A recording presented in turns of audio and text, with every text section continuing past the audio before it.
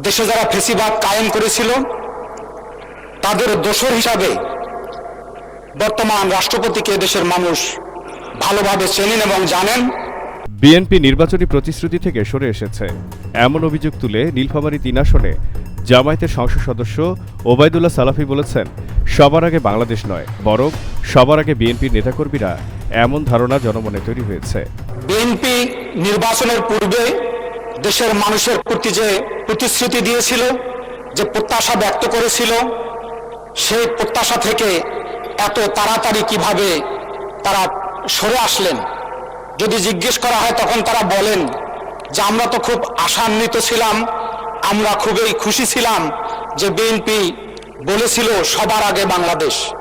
কিন্তু এখন দেখা যাচ্ছে যে বাংলাদেশ ব্যাংকের গভর্নর থেকে শুরু করে বিশ্ববিদ্যালয়ের ভাইস চ্যান্সেলর থেকে শুরু করে এমনকি আমার এলাকা তো আমি দেখেছি পেট্রোল পাম্পে তেল নিতে গেলে বিএনপির নেতাকর্মীদেরকে সবার আগে দেওয়া হয়। তাহলে এখন জনগণ বলতেছে যে সবার আগে বাংলাদেশ না সবার আগে বিএনপির নেতাকর্মীরা। এখান থেকে সরকারকে ফিরে আসার জন্য দেশের মানুষ অধীর আগ্রহে অপেক্ষা করছে। 19 এপ্রিল রোববার রাষ্ট্রপতি ভাষণের উপর আলোচনায় অংশ নিয়ে এই সংসদ সদস্য বলেন, বিএনপি নির্বাচনের আগে দেশের মানুষের প্রতি যে প্রতিশ্রুতি দিয়েছিল সেই প্রত্যাশা থেকে এত তাড়াতাড়ি তারা কিভাবে সরে এলো।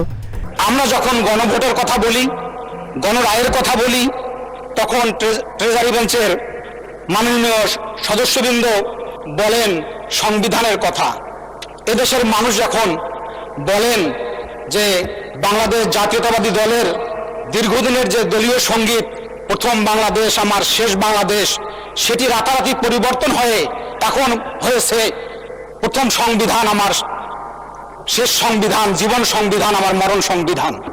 এই অবস্থা থেকে যদি বিএনপি ফিরে না আসে, তাহলে আবারও এদেশের মানুষ মনে করবে যে আমাদের ভাগ্য নিয়ে ওই ফ্যাসিস্টরা যেভাবে, ওই মীর জাফর ঘোষিত বেগমরা যেভাবে সিনেমিনি খেলেছিল, আজকে আমাদের ভাগ্য নিয়ে সেভাবে সিনেমিনি খেলা শুরু হচ্ছে কিনা এটি জনগণের মধ্যে সন্দেহ সংশয় বিরাজ করছে। মাননীয় স্পিকার, একই আলোচনা জামায়াতের আরেক এমপি আনোয়ারুল ইসলাম বলেন, আমি নিজেও এই ঢাকা শহরে 3টি পেট্রোল পাম্প ঘুরে আমার গাড়িতে তেল পাইনি।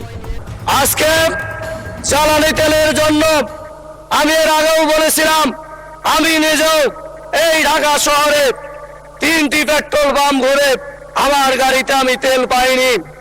আজকে আমি কয়েকদিন আগে নির্বাচনী এলাকায় গিয়েছিলাম মাননীয় স্পিকার, সেখানে লাইনের পর লাইন 3-4 কিলোমিটার পর্যন্ত মোটরসাইকেলের লাইন হয়েছে।